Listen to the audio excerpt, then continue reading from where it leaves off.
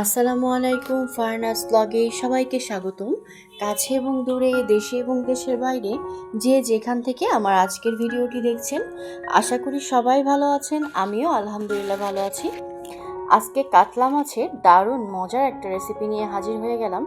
যারা মাছ খেতে চায় না, পছন্দ করে না, তো এভাবে রান্না করে দিলে কিন্তু মাছ চেটে পুটে খাবে। মানে এতটা মজা হয়, সেই মজার রেসিপিটি আজকে শেয়ার করব। তো মাছগুলো রান্না করার জন্য আমি কিন্তু খুব সুন্দর করে পরিষ্কার করে ধুয়ে নিয়েছি, দেখতেই পাচ্ছেন। এখন এর মধ্যে একে একে আমি সব উপকরণগুলো অ্যাড করব। প্রথমে আমি দিয়ে দিলাম কাগজি লেবু, 2 টুকরা কাগজি লেবুর রস দিয়ে দিব। চাইলে আপনারা এখানে অন্য লেবুর রসও দিতে পারেন, তো কাগজি লেবুর ফ্লেভারটা ভালো লাগে আমার, তো এই জন্য কাগজি লেবুর রস দিয়ে দিলাম 2 টুকরোর মতো। সাথে দিয়ে দিলাম 1/2 চামচ আদা বাটা, 1/2 চামচ রসুন বাটা, 1/2 চামচ জিরা বাটা, স্বাদ মতো হলুদের গুঁড়ো 1/2 চামচের মতো দিয়ে দিছি এখানে, আর স্বাদ মতো মরিচের গুঁড়ো দিয়ে দিলাম। কম বেশি যে যেমন খান, ঝাল পছন্দ করেন, তা আমি এখানে 1/2 চামচের মতো দিলাম। আর সাথে দিয়ে দিলাম ধনিয়া গুঁড়া 1/2 চা চামচ। তো সব কিছু একসাথে খুব সুন্দরভাবে আমি মিশিয়ে নিচ্ছি। স্বাদ মতো পরিমাণ মতো লবণও দিয়ে দিলাম। তো এখানে আমার মাছের টুকরা অনুযায়ী আমি এখানে 1/2 চামচের মতো লবণ দিয়ে দিলাম।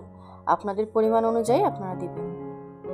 তো এবার সব মশলাগুলোকে সুন্দর মতো করে প্রত্যেকটা মাছের গায়ে যেন লেগে থাকে এমনভাবে মাখায় নিতে হবে। এমনভাবে মাখাতে হবে যেন একটা মাছের টুকরো মিস না হয়। প্রত্যেকটা পিস খুব সুন্দরভাবে যেন একদম মশলার সাথে সুন্দর করে মিশে যায়। তো মশলা আর লবণ দিয়ে এই যে দেখতেই পাচ্ছেন, আমি একে একে কিন্তু প্রত্যেকটা টুকরা খুব সুন্দর করে মশলাগুলো মাখায় নিচ্ছি। কারণ এই মশলাটা দিয়ে মাখায় রাখলেই কিন্তু মাছটার স্বাদটা দ্বিগুণ হয়ে যায়। আর এই কারণে অবশ্যই সুন্দর মতো মাখায় নিতে হবে, এই জিনিসটা খেয়াল করবেন।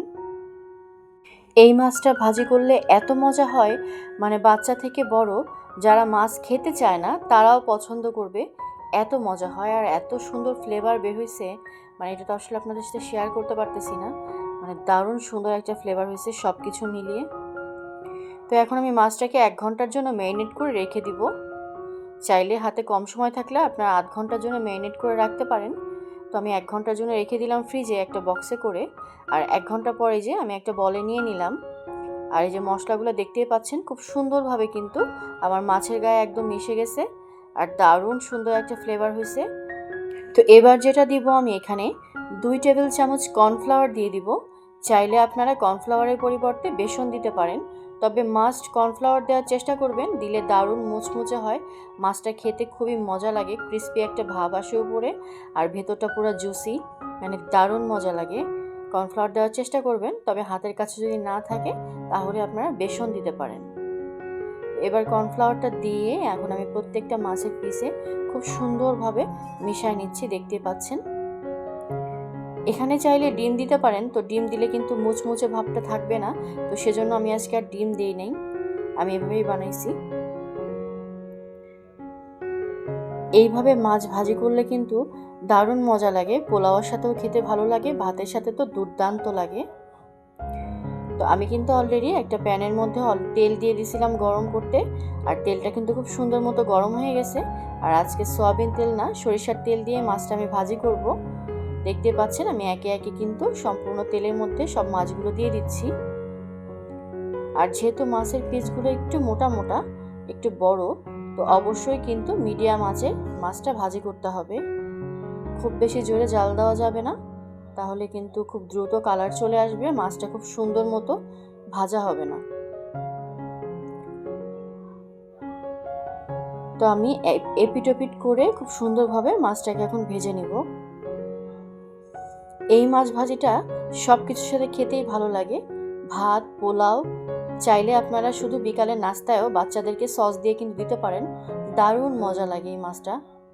আর মাছটা অনেক উপকারী, নাস্তা হিসাবে ওরা খেতে পারবে বাচ্চারা।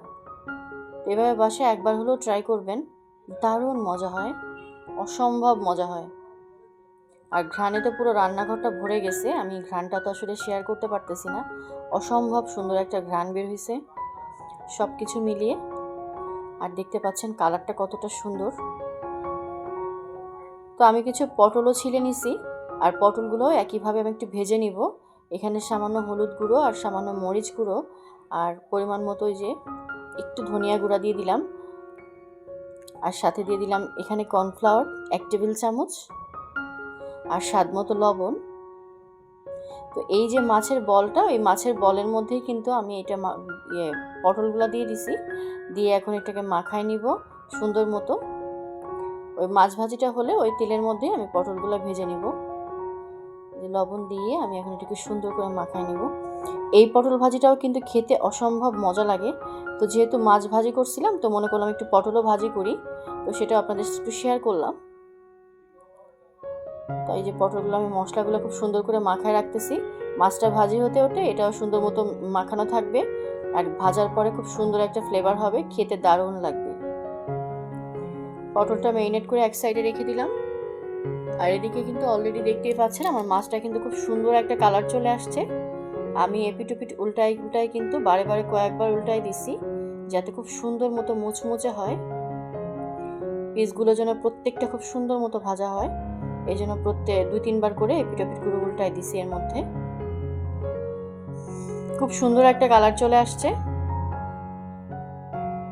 এভাবে বাসায় একবার হলেও ট্রাই করবেন, আশা করি আপনাদের কাছে ভালো লাগবে। মাছের পিসগুলো দেখেই বুঝতে পারতেছেন যে এটা খেতে কতটা মজা হবে আর কতটা লোভনীয় হয়েছে দেখতে। দেখতে যেমন সুন্দর হয়েছে, খেতেও কিন্তু অসম্ভব মজা। প্লিজ বাসায় একবার হলো এভাবে ট্রাই করবেন, আর অবশ্যই আমাকে কমেন্ট করে জানাবেন রেসিপি কেমন লাগলো। তো আমি মাছগুলো তুলে নিয়ে ওর মধ্যেই কিন্তু পটলগুলো দিয়ে দিলাম ওই তেলেই। আর এভাবে পটল ভাজিগুলো কিন্তু খুব মজা লাগে। খোসা সহ চাইলে করা যায়, কিন্তু আজকে আমি খোসাগুলো ছিলে নিছি। খেতে কিন্তু এভাবে দুর্দান্ত লাগে, এভাবে বাসায় ট্রাই করবেন। আজকের রেসিপি কেমন লাগলো অবশ্যই কিন্তু কমেন্ট করে জানাবেন। রেসিপিগুলো ভালো লাগলে একটা লাইক দিয়ে দিবেন, আর অবশ্যই আমার চ্যানেলটি সাবস্ক্রাইব করে সবাই পাশে থাকবেন।